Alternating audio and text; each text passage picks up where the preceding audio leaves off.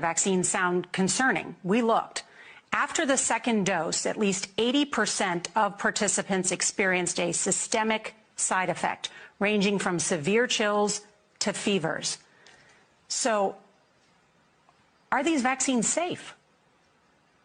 Well, the FDA, not being pressured, will look hard at that. The FDA is the gold standard of regulators, and their current guidance on this, if they stick with that, is very, very appropriate. And you know, the side effects were not super severe. That is, it didn't cause permanent health problems for the things there. Moderna did have to go with a fairly high dose, and so to get the antibodies.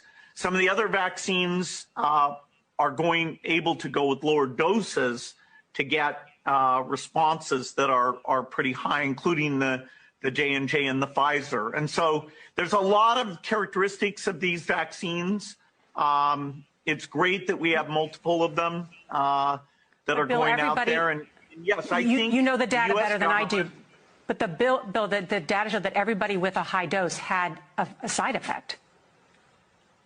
Yeah, but some of that is not dramatic, where it's just super painful. But yes, we need to make sure there's not severe side effects. The FDA, I think, will do a good job of that, despite the pressure. How many doses of the vaccine will we need? Well, none of the vaccines at this point appear like they'll work with a single dose. That was the hope at the very beginning. Maybe one of them, particularly in the second generation, won't surprise us. We hope just 2, although in the elderly, sometimes it takes more. And so making sure we have lots of elderly people in the trial will give us that data. You've said some more than 7 billion doses. That's what we'll need. Well, we don't know if these vaccines will work. We don't know if they'll work to avoid deaths. We don't know if they'll work to avoid transmission. That's why we're working on so many first-generation vaccines. How do we know if these vaccines are working? And you'd like it to be very safe in all the populations that you indicated for, no side effects. And then you'd like it to avoid the individual who gets the vaccine getting sick. Where are we in terms of a rapid diagnostic test? You've talked about this a lot. It would be a test that is like an in-home pregnancy test. Where are those tests?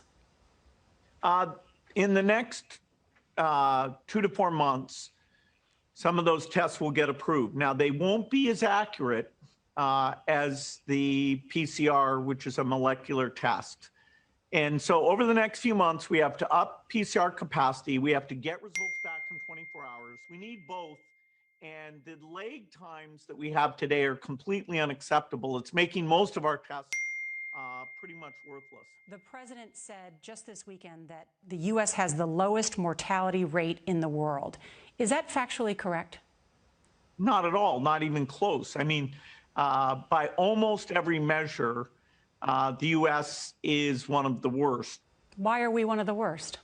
We actually had criteria for opening up that said you had to have cases declining, and we opened up with cases increasing. We have schools all in the midst of this decision about how to get kids safely back into the classroom or whether to learn totally online. How can we do it safely?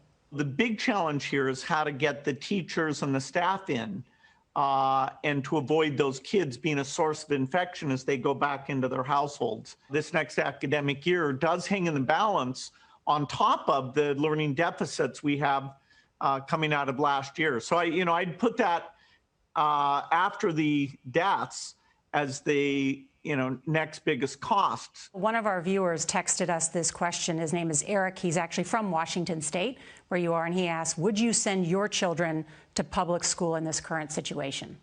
If a school is being careful, then yes. Now, if they live in a multi-generational household, where you have old people that they're exposed to, you have to look how hard would it be for you to reduce the grandparents' exposure to those kids. We do need to remember it's mostly the transmission into the older people that drives these, really horrific deaths per day.